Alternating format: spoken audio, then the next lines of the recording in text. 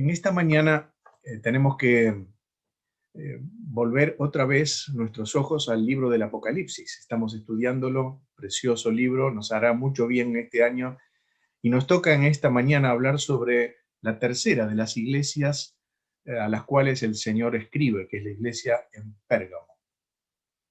Y yo les llevo, por favor, a leer la palabra del Señor en Apocalipsis, el capítulo 2, y los versículos 12 al 17. Una corta lectura allí, va a estar también puesta en pantalla, seguramente. Así que vamos a leerla de nuestras Biblias. Si usted tiene la Biblia, si vos tenés Biblia, vamos a leer allí. Apocalipsis 12 y versículos, perdón, 2 y versículos 12. 2, 12. Dice, y escribe al ángel de la iglesia en Pérgamo, el que tiene la espada aguda de 2 filos, dice esto: yo conozco tus obras y donde moras, donde está el trono de Satanás, pero retienes mi nombre y no has negado mi fe, ni aún en los días en que Antipas, mi testigo fiel, fue muerto entre vosotros, donde mora Satanás.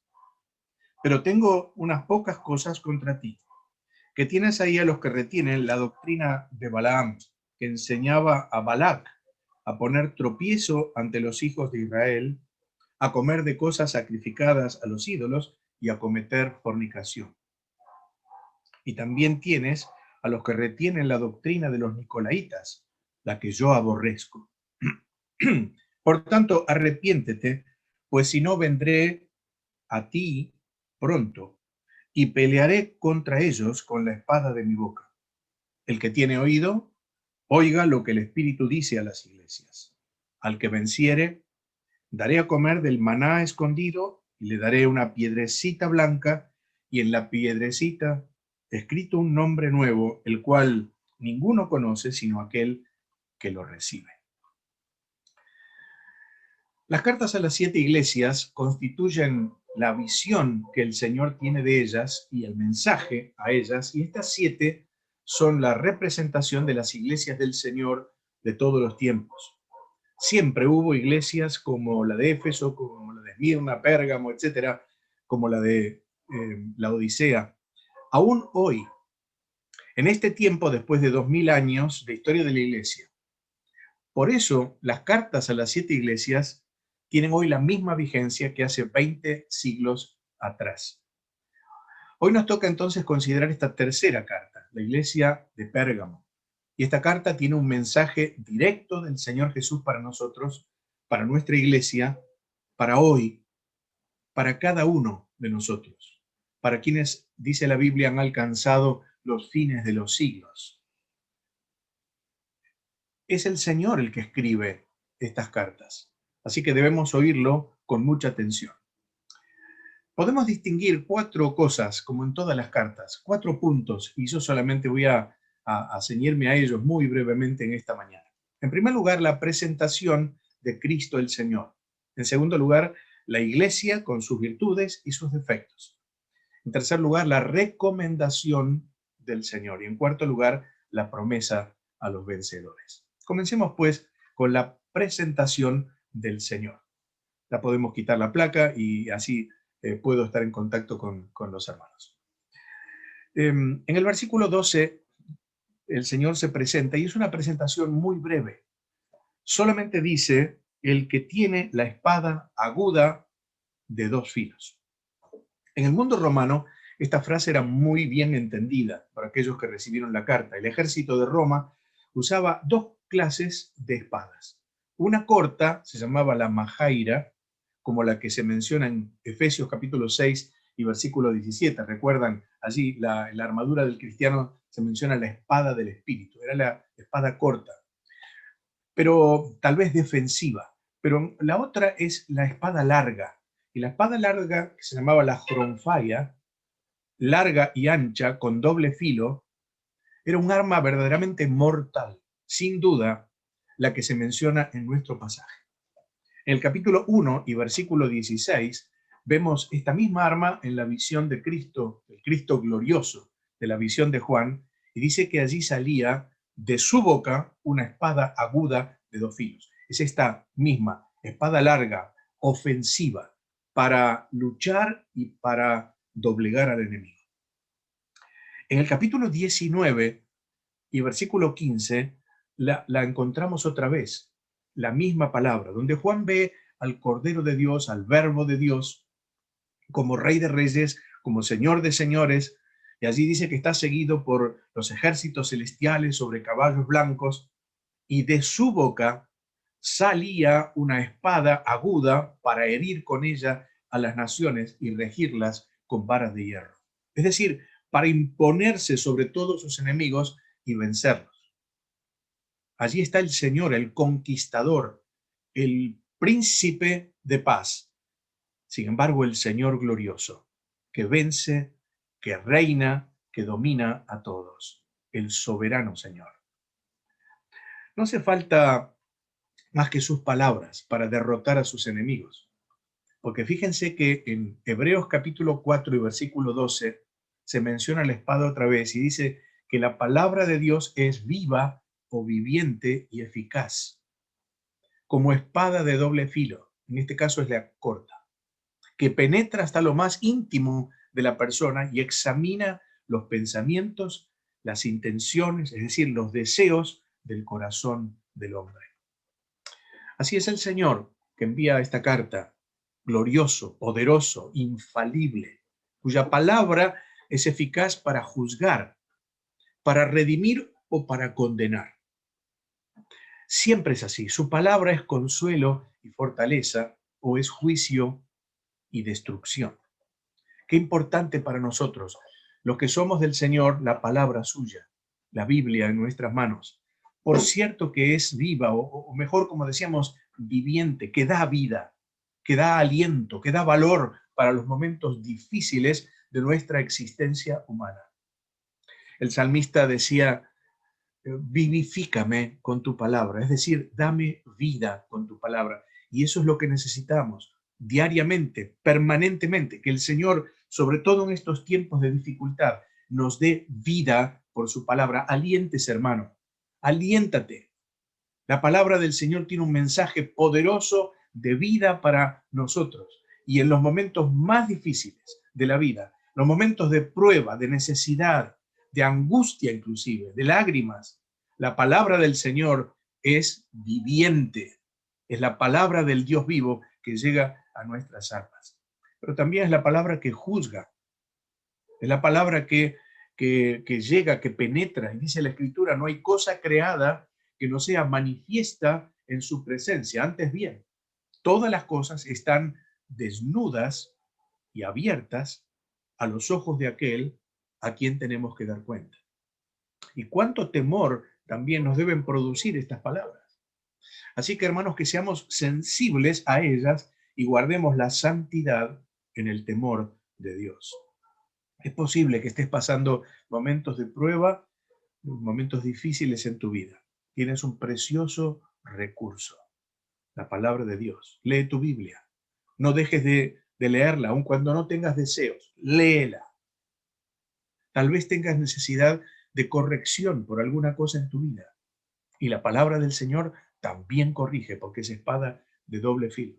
Así que busca en sus páginas el consuelo, la esperanza, el sostén, la exhortación, la corrección, y Dios te hablará de su bendita palabra. En segundo lugar, la iglesia, con sus virtudes y sus defectos. Están los versículos 13 al 15. No sabemos cómo se fundó la iglesia en Pérgamo. Probablemente haya sido la tarea de alguna de las iglesias de la zona, por ejemplo, Éfeso, una iglesia tremenda del primer siglo, o tal vez de alguno de los apóstoles.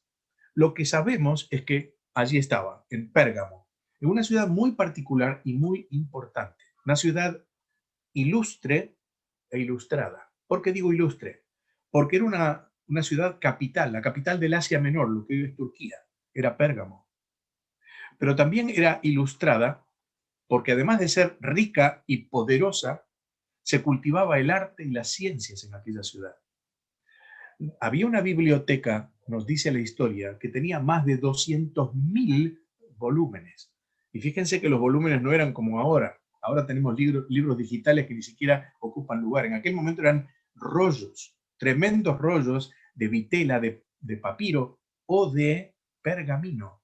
Y fíjense que el pergamino, justamente, que era una especie de cuero acondicionado especialmente para escribir, pergamino viene de Pérgamo, así que el pergamino se descubrió, se creó allí en Pérgamo, se fabricaba en Pérgamo también, entonces para los libros. En una biblioteca que competía con la de Atenas y con la de Alejandría.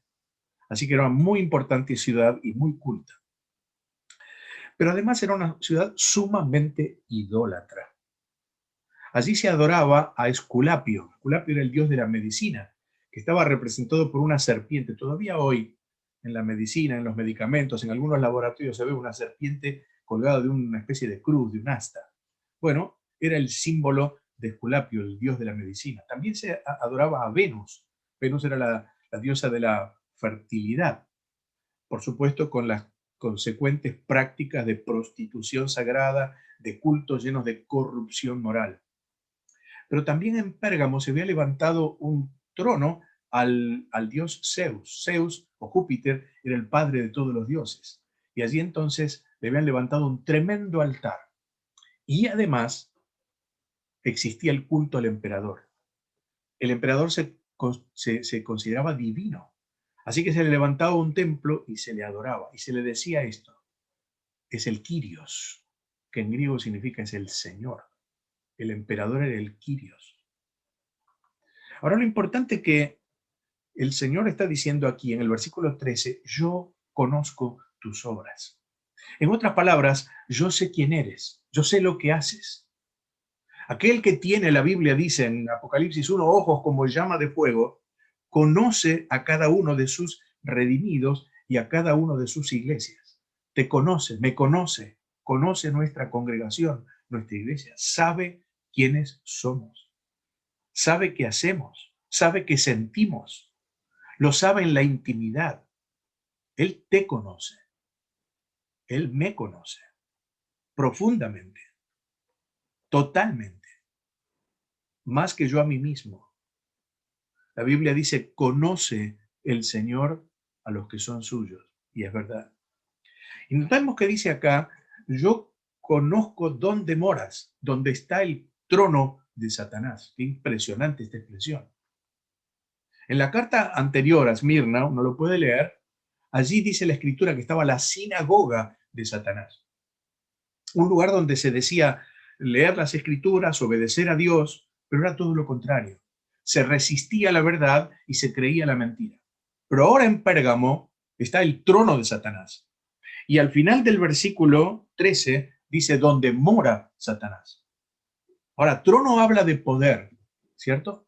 Y morada significa que allí estaba su residencia, su base de operaciones. Satanás siempre tiene una base de operaciones, donde planea y desarrolla sus maléficas obras. ¿Y por qué es así? Bueno, es así porque él no es omnipresente. Satanás, si está en un lugar, no está en otro. Es un ser creado, no es como Dios, omnipresente. Y aunque tiene una red mafiosa de seres invisibles, aunque reales, inteligentes, poderosos, astutos, malignos, que son sus demonios, que están rodeando todo el mundo, en todo lugar, desarrollando sus estrategias contrarias a Dios, a los cristianos y aún a toda la humanidad, porque Satanás y los suyos son enemigos del hombre. Siempre, sin embargo, tiene un lugar donde dirige su perversa actividad. En un tiempo fue Egipto, luego fue Babilonia, tal vez otros lugares. En el tiempo de Juan estaba en Pérgamo. Allí, en Pérgamo, también estaba la iglesia del Señor. En el mismo lugar donde moraba Satanás, donde tenía su trono. Podríamos preguntarnos, ¿y dónde está el trono de Satanás ahora? Bueno, claro, no sabemos, pero puede estar en cualquier lugar. Campbell Morgan, excelente expositor de la palabra, dice, sus mensajeros cubren todos los países e incluyen todo nivel de vida en sus operaciones. Y esas ramificaciones del mal están bajo el supremo control de Satanás, el príncipe de la potestad del aire, el Dios de este siglo. Su trono, agrega él, estará en algún punto estratégico desde el cual podrá usar mejor su influencia. Casi invariablemente, y esto es verdad, ese trono está en el centro de la mundanalidad y de la grandeza mundana. Ahora, ¿cómo era aquella iglesia? ¿Cómo era? El Señor le dice, retienes mi nombre y no has negado mi fe, ni aún en los días en que Antipas, mi testigo fiel, fue muerto entre vosotros. Qué maravilla, el Señor no empieza corrigiendo aquella iglesia, y tenía cosas, ya lo vamos a mirar. Empieza alabando aquella iglesia. Siempre es así el Señor. Maravilloso Señor, que conoce nuestros defectos, pero que también pondera aquellas cosas que pueda haber en nuestro corazón que llevan honra y gloria a su nombre. Tiene palabras de aprobación. Dice, retienes mi nombre. Significa que aquella iglesia era fiel al nombre del Señor, es decir, a la persona del Señor. Retener, en este caso, es asir con firmeza, no dejar que algo se escape, que algo se pierda. Adherirse firmemente a alguna cosa. Así que probablemente tenga que ver con aquellos cristianos que lejos de confesar, recuerdan lo que dije antes, al emperador como el Kyrios, como el Señor, decían, Cristo es el Señor. Cristo es mi Señor, mi Kyrios. Y claro, eso era motivo de persecución, de martirio y de muerte. Y aquí dice, Antipas fue uno de ellos. No sabemos quién fue Antipas. Pero aquí dice el Señor, y esto es lo que vale. Mi testigo fiel, dice él. La palabra testigo en el original, sabemos bien, es la palabra mártir, que luego esa palabra llegó a significar hasta lo que hoy significa, el dar la vida por la fe. El testigo, el mártir. Y efectivamente a este ilustre cristiano le sucedió eso. Hay una leyenda, no sabemos si es verdad, pero es posible que lo sea, que lo metieron vivo en un toro, en un buey de bronce que utilizaban para adorar el culto, uno de los ídolos, y lo cocinaron al fuego. Imaginemos lo que eso puede llegar a ser. Pero el Señor no lo descuida, no lo olvida. Él sabe muy bien quién es quién y conoce a Antipas y lo pondera. Dio su vida, pero es un testigo fiel. Habían sido fieles a Cristo y no habían negado su fe.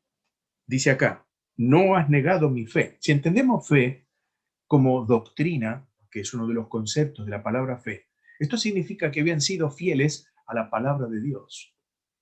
Sin duda, la sociedad de Pérgamo era una sociedad idólatra, sumida en los pecados más oscuros, en la inmoralidad sexual, en el amor por la riqueza, aunque todo estuviera, claro, maquillado con intelectualismo y con cultura. Ahora, hermanos, ¿no es el mundo de hoy igual al de Pérgamo? ¿No vivimos una sociedad llena de ídolos humanos, envuelta en la más abyecta inmoralidad, en los pecados más groseros y también presa de la ambición por la riqueza? Son los mismos ídolos después de 2000 años. Es la misma idolatría.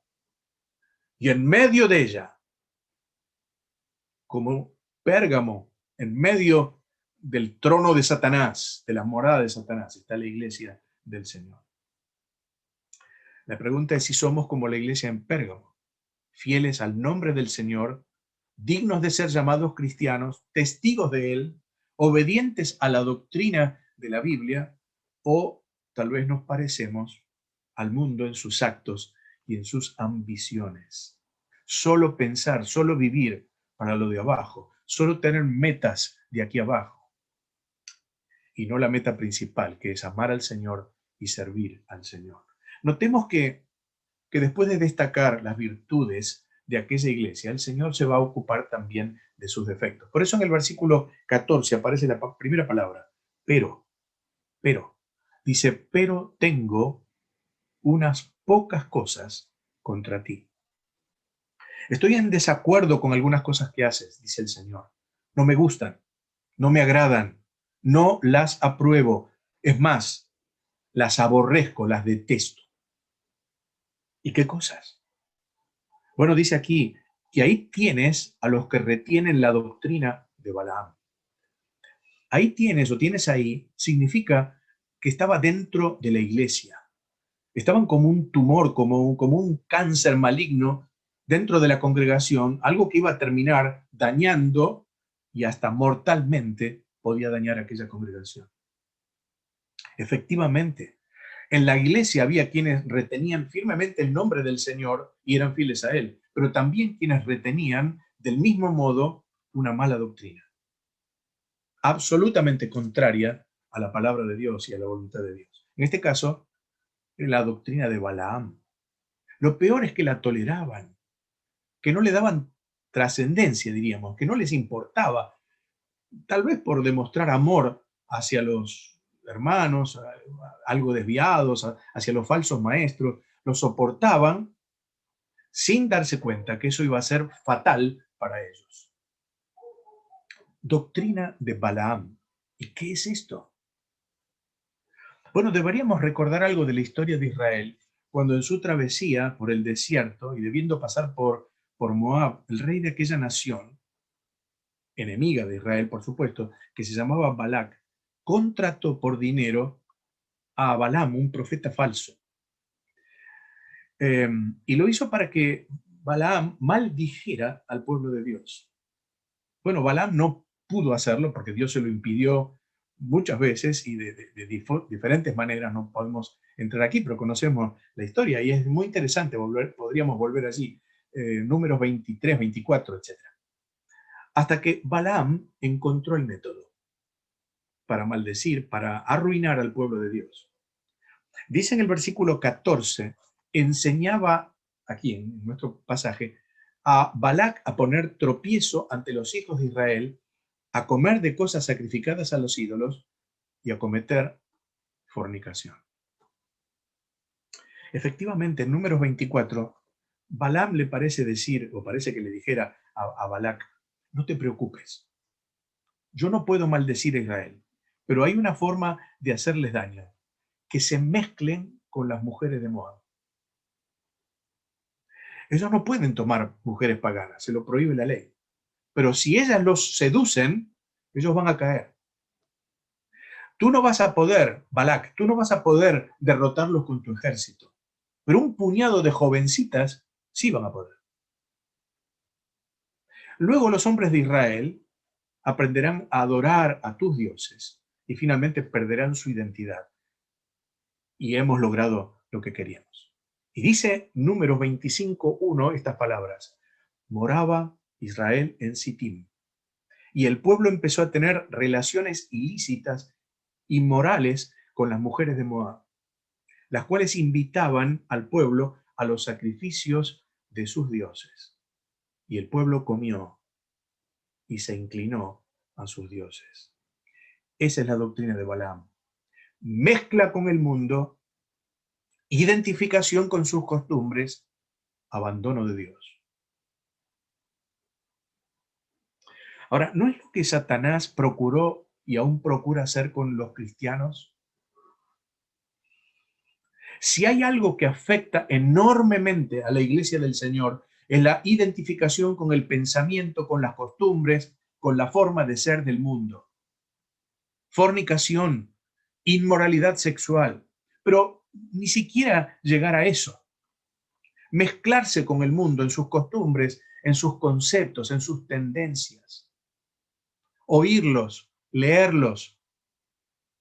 Y sin darnos cuenta, quedan retenidos y luego hacen su dañina obra.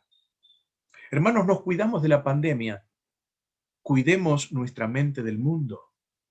No todo es bueno, no todo conviene.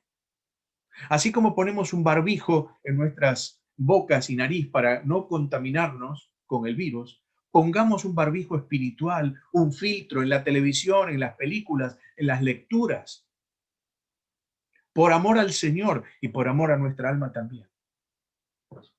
Ahora, también lo podríamos tomar en sentido espiritual, porque fornicación, adulterio, es también en la Biblia infidelidad a la palabra de Dios.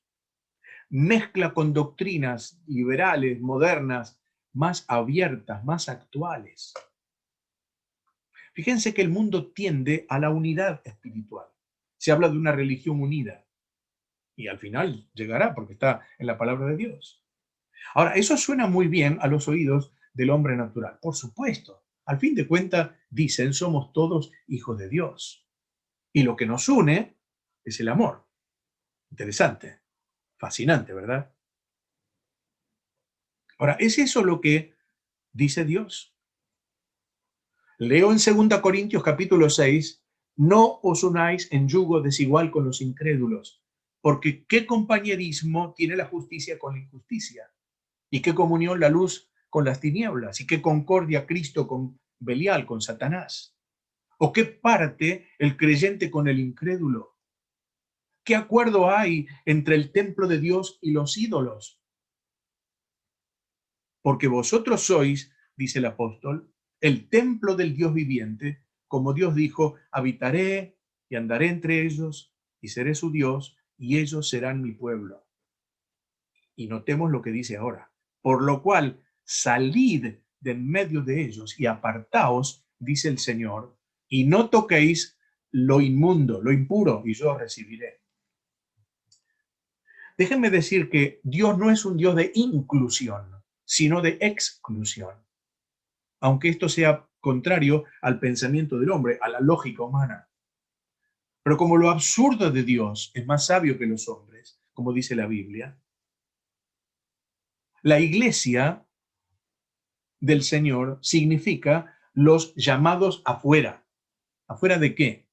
Afuera del mundo, afuera de la filosofía humana, afuera de las costumbres y de la vida de la humanidad sin Dios. Afuera con Cristo, con su pueblo. Es cierto que estamos en el mundo, no podemos salir, y lo dice la misma Biblia.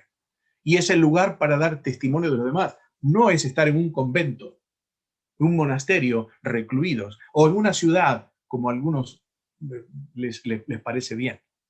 Es estar en el mundo, pero cuidado con eso, con las costumbres, con sentirnos bien con el mundo. ¿Qué relación puede haber? ¿Qué comunión puede haber? Hermanos, una iglesia sin identidad desaparece.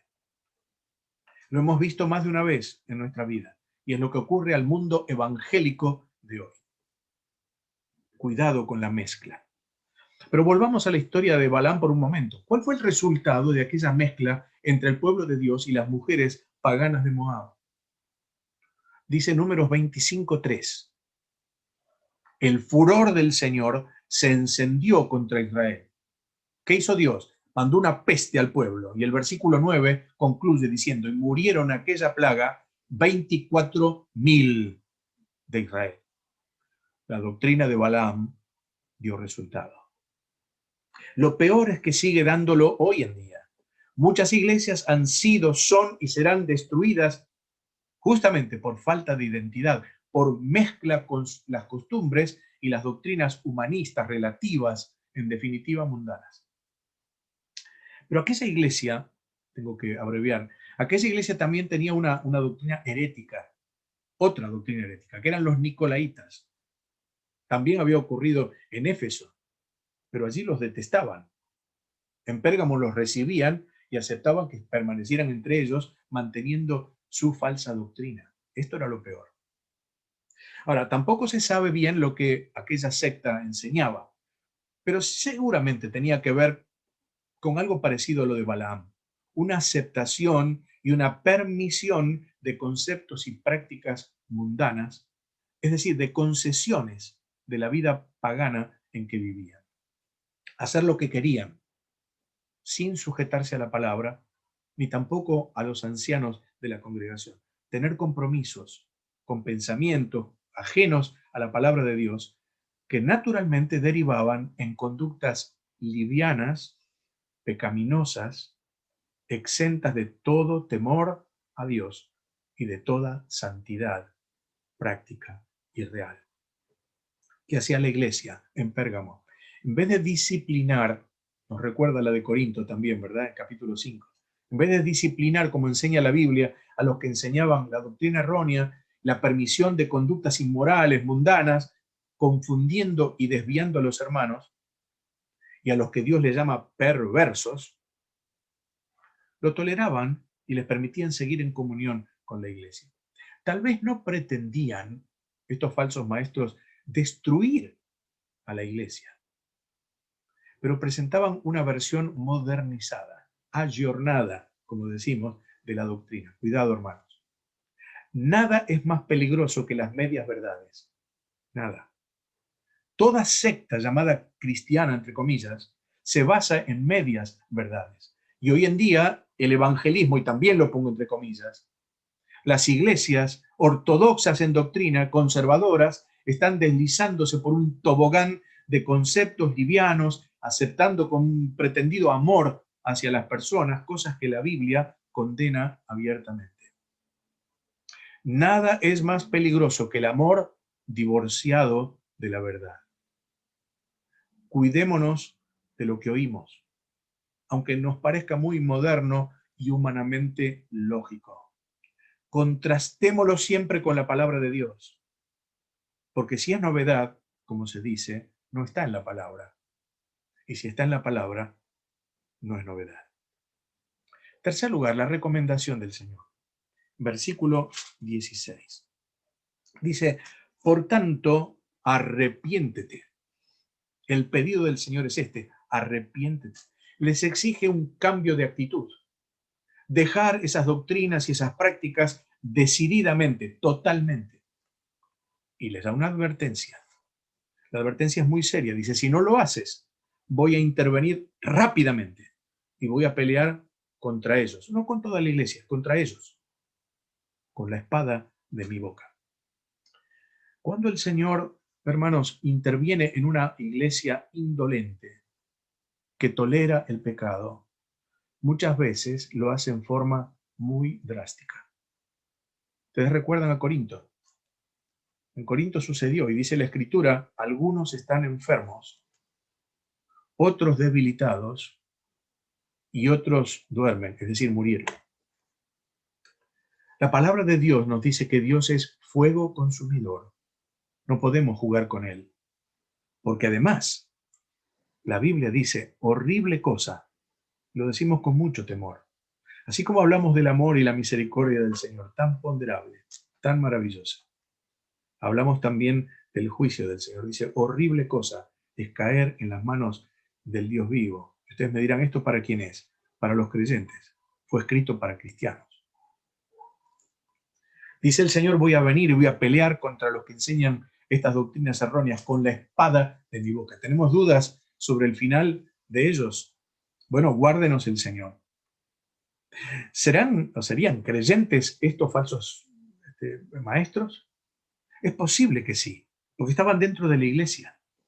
Pero el Señor es celoso de su palabra, de su verdad y de aquellos que son suyos y la reciben. Los cuida de aquellos que son suyos, de sus ovejitas, como lo escuchábamos en la canción de hoy. Entonces dice aquí, el que tiene oídos para oír, oiga lo que el Espíritu dice a las iglesias. Fíjense que es un llamado de atención del Espíritu Santo, una especie de desafío personal, pero también es personal.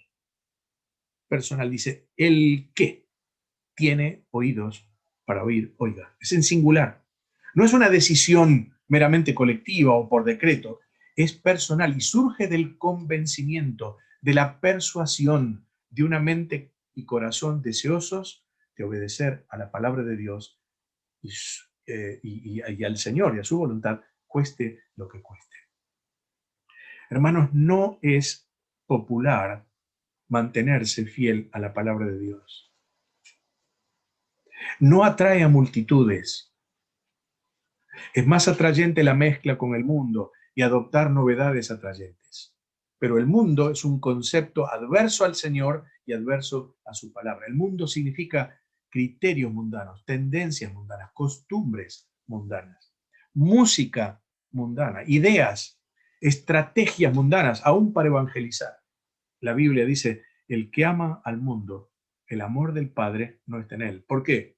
Bueno, porque las cosas que hay en el mundo, los deseos de los ojos y de la carne y el orgullo de la vida, la vanagloria de la vida, no provienen del Padre, sino del mundo. Y el mundo se va pasando, dice la Escritura. Pero el que hace la voluntad de Dios permanece para siempre. Finalmente, la promesa a los vencedores. En el versículo 17. Bueno, no es muy fácil explicar esta promesa que da aquí el Señor a la iglesia en Pérgamo. Daré a comer del maná escondido y le daré una piedrecita blanca y en la piedrecita escrito un nombre nuevo, el cual ninguno conoce sino aquel que lo recibe. Hay varias explicaciones sobre estas figuras simbólicas de la palabra. Yo no voy a ni analizarlas ni a discutirlas. Solo diré que como el Señor proveyó de maná al pueblo de Israel durante la travesía del desierto, y ese maná es un tipo, una figura de Cristo, porque el mismo Señor lo dijo. En Juan capítulo 6 y versículo 32 el Señor dice, no os dio Moisés el pan del cielo, mas mi Padre os da el verdadero pan del cielo, porque el pan de Dios es aquel que descendió del cielo y da vida al mundo. Y agrega el Señor que el versículo que conocemos, yo soy el pan de vida. El que a mí viene nunca tendrá hambre. Cristo es el maná.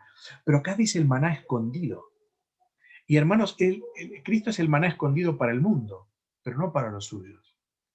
Podemos conocerlo, podemos amarlo, podemos servirlo, podemos alimentarnos de él como el pan de vida para nuestras almas. Los creyentes de Pérgamo no participaban, los fieles creyentes no participaban de las fiestas paganas donde se servía carne sacrificada a los ídolos, pero se alimentaban de la palabra del Señor, del maná del cielo. Y así también nosotros, nuestro deleite es leer, meditar y estudiar la bendita palabra del Señor. Pero también podemos pensar es el maná escondido ahora en el cielo. Pero un día volverá y significará que un día nos vamos a alimentar de él por la eternidad. La Biblia promete a los creyentes que estaremos con él, que se extenderá una mesa, no sabemos cómo ni con qué, pero se extenderá una mesa y él mismo, dice, vendrá a servirnos. A mí me sorprende esto. ¡Qué maravilla! ¡Qué gozo inefable será el día que estemos frente al Señor! Pero también aquí habla de una piedrecita blanca. ¿Y qué era la piedrecita blanca? Bueno, también hay varios significados, pero creo que el más probable es este. En la antigüedad, claro, no había carnet de identidad, así que cuando una persona era invitado a una fiesta, un banquete, una ceremonia, lo que fuera, se le daba, dicen, una piedrecita, una piedra pequeñita. Inclusive se le daba la mitad de la piedra. Y aquel hombre, con la mitad, cuando encajaban las dos y efectivamente estaba su nombre allí, se le permitía pasar adentro. Pérgamo tenía una piedrecita, tal vez la mitad de ella y la otra mitad del Señor, como tú y yo tenemos esa piedrecita blanca también. Y la tenemos porque un día el Señor nos va a permitir entrar en el banquete celestial. Hay una canción que dice, cuando allá se pase lista, cierto estoy que por su gracia allí estaré. Y finalmente habla de un nombre nuevo en esa piedrecita, el cual dice, ninguno conoce sino aquel que lo recibe. Muchas veces he pensado esto, en la intimidad del hogar, con nuestro esposo, nuestra esposa, o nuestro padre, nuestros hijos, etcétera, los llamamos por otro nombre.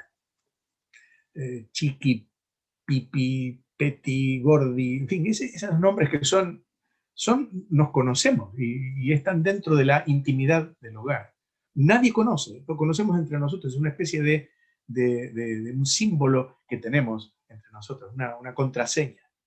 Bueno, acá dice que se le dará un nombre nuevo, dice a cada uno, el cual ninguno conoce sino solamente aquel que lo recibe. No sé cuál será, pero evidentemente será un nombre nuevo que el Señor tendrá, tal vez íntimo con nosotros. Y esto nos habla de una profunda completa y eterna intimidad y comunión con el Señor. Bueno, ante estas promesas a los vencedores, es decir, a todos aquellos que tenemos la victoria porque estamos unidos al Señor, que es el victorioso Señor, porque participamos de los triunfos de Cristo el Señor. Queridos hermanos, recibamos en esta mañana este desafío que nos extiende esta preciosa carta, tal vez un poco difícil, pero preciosa al fin, carta a Pérgamo. El Señor espera de nosotros un compromiso de santidad, de separación del mundo, de sus costumbres, un deseo de ser fieles a Él y a la palabra, retener su nombre, retener su fe.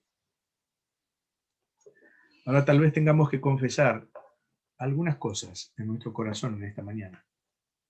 Tal vez tengamos que decirle al Señor, Señor, tengo algunas cosas que no están de acuerdo a tu voluntad, que necesito que quites.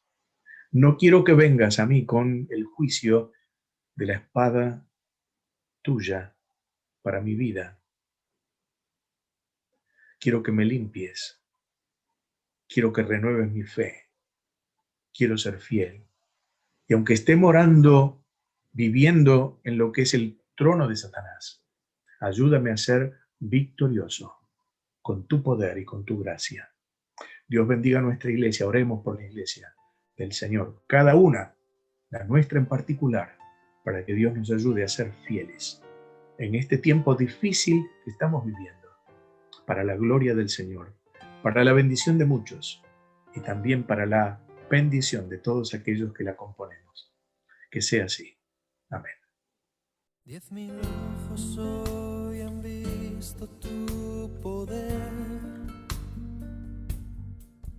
el milagro de una multiplicación.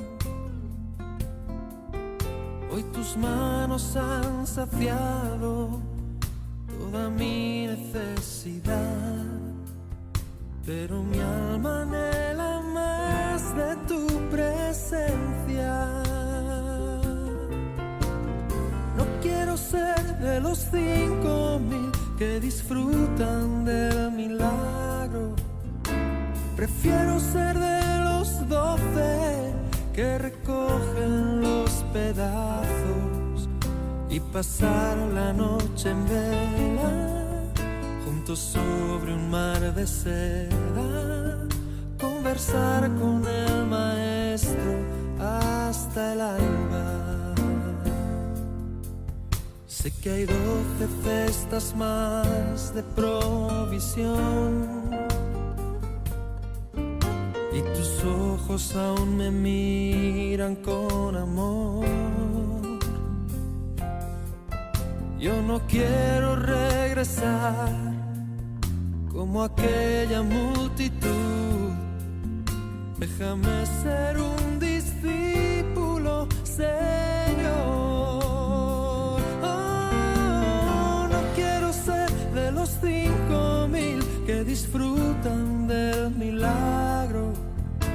Prefiero ser de los 12 que recogen los pedazos y pasar la noche en vela, juntos sobre un mar de seda, conversar con el maestro hasta el alba.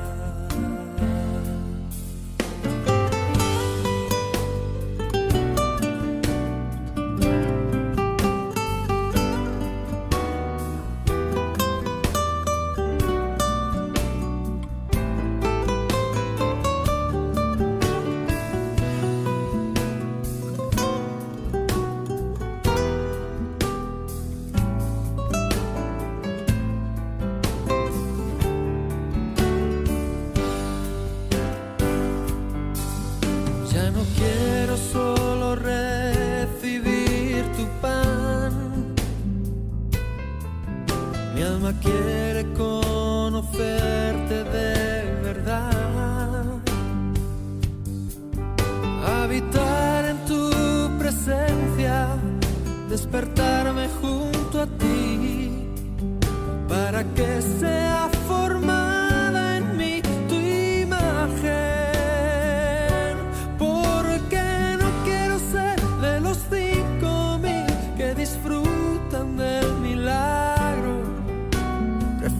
ser de los 12 que recogen los pedazos y pasar la noche en vela juntos sobre un mar de seda, conversar con el maestro hasta el alba,